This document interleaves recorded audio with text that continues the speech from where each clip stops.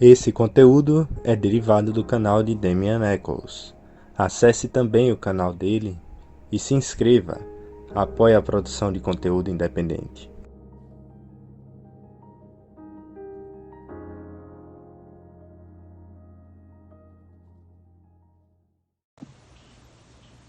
Hi guys. First off, I just want to say thank you for the overwhelming amount of love and support that you guys have shown this new channel. It has completely surpassed any expectations that I had for it, and really I can't thank you enough for wanting to be with me on a new venture.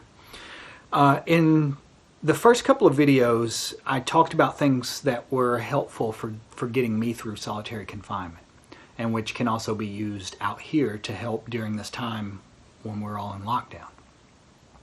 The first one was about, keeping a schedule and cleaning. They say that someone once told me that cleaning is a banishing ritual, that's what you're doing when you're cleaning. You are banishing pockets of stagnant energy as well as bacteria and other unhealthy things in your environment. Then in the next one we talked about the importance of exercise as part of a routine, how you want to keep your body as healthy as possible. And this is one of those things that has been known by various masters in all different traditions throughout the world. For example, in Buddhism, if you've ever heard the name Bodhidharma, Bodhidharma was the Chinese Buddhist monk who invented Kung Fu, Shaolin Kung Fu. The reason he invented it is because he realized, first off, this guy would not take any students at all. He said that most people would not be willing to put in the amount of dedication and commitment and discipline that it would require to accomplish some of the states of consciousness that he had experienced. So he would not accept students because he said no one takes this work seriously enough. He finally accepted his very first student when a samurai came to him one day and drew his sword and cut his own arm off to show how serious he was about learning these practices. He became Bodhidharma's very first student. Eventually Bodhidharma would create Kung Fu because he realized as he accumulated more and more students, if you spend hours and hours a day doing any sort of meditation or ritual work or visualization, you start to suffer from it physically if you don't also get some physical exercise. So he invented Kung Fu as a kind of exercise to help keep their bodies in shape, to enable them to meditate longer, reach higher levels of consciousness, all of these sorts of things. So exercise and physical health have always been synonymous with certain spiritual traditions. So going from those two things, what I want to start going into next is magic. What magic is, what it's for, the reason we do it, all this sort of thing. People, whenever they think of me, they normally think of me as being almost synonymous with the West Memphis 3 case, or as the guy who was on death row or got out of prison or whatever it is. It's all sort of case related in some way or another. To most people, I am not separate from that. But for me personally, I view those things as being a tiny, minute fraction of what shaped me as an individual, what made me the person that I am now. By far the biggest thing, even back then in prison, was the practice of magic. What I mean by the practice of magic, there are rituals that are prescribed to accomplish a certain goal. What this goal is connected to the phrase that everyone has heard at some point or another, whether you believe it or not, whatever. God created the world.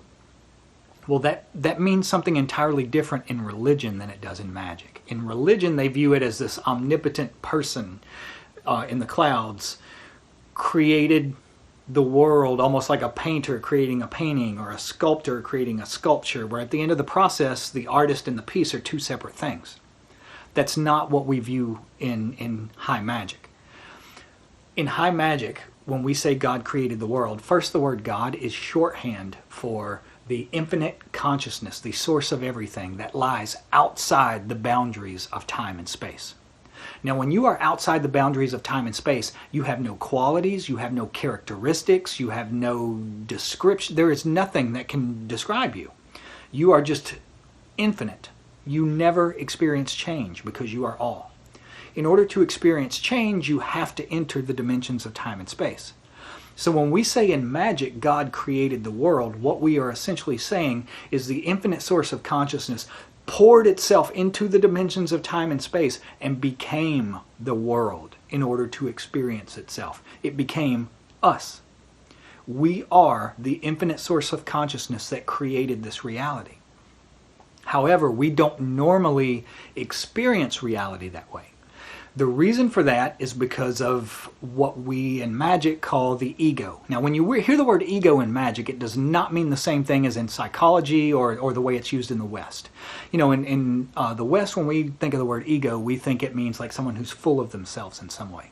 In Magick, what we're talking about when we say the word ego is you are the source of creation. But you don't normally experience yourself that way. You experience yourself as an individual. That is because of ego. Ego is a kind of lens that is hardwired into your physical substance that causes you to experience reality as an individual.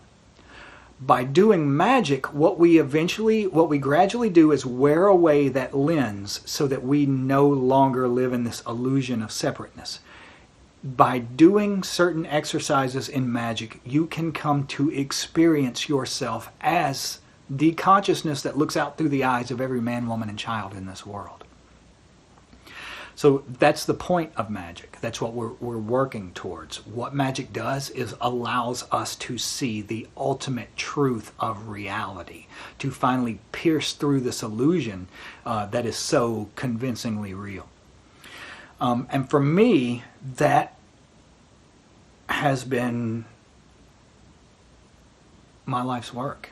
And in Magick, that's what we call it. We call it the great work. We say that we are working to accomplish, we are striving to accomplish the great work. The great work is when you no longer ever experience reality as an individual illusionary self, but instead you experience it as the source of consciousness, which is looking out through the eyes of every man, woman, and child. I'm going to keep this short for today. I don't want to overload you guys with a lot of concepts, but in the future we're going to be going into things like some of the rituals and things that I learned from these rituals.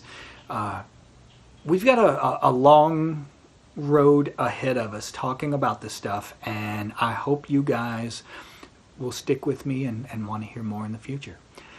I hope you have a good day and that you are safe wherever you're locked down at, and I'll talk to you soon. Bye-bye.